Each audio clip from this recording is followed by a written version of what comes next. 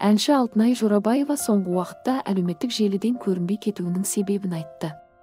Балаларын шетелге демалысқа жіберген өнер иесі үйде күйеуінің өзіне қалай қамқорлық танытатынын баяндап берді.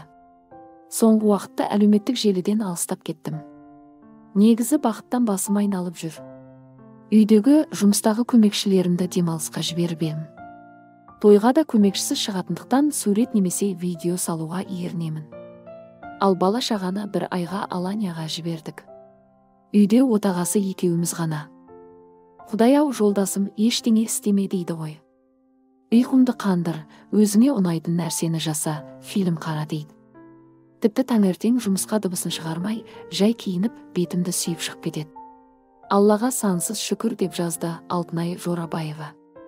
Желі қолданушылары әншінің жазбасына түрлі пікір білдіріп, тіпті Жорабаеваның аяғы ауыр деп болжағандарын да жасырмады. Жұбайыңыз жайлы жиі жазасыз. Демек, сіз осы бақытқа лайықсыз, Алтынай ханым, жақсы жаңалығыңызды қашан бөлісесіз? Қауіпті кезеңнен өтті ғой. Онлайн құрсақ той жасап, мәре-сәре болмадық па, көз тимесін, Алла бақытыңызды еселей берсін деп пікір білдірді желідегілер.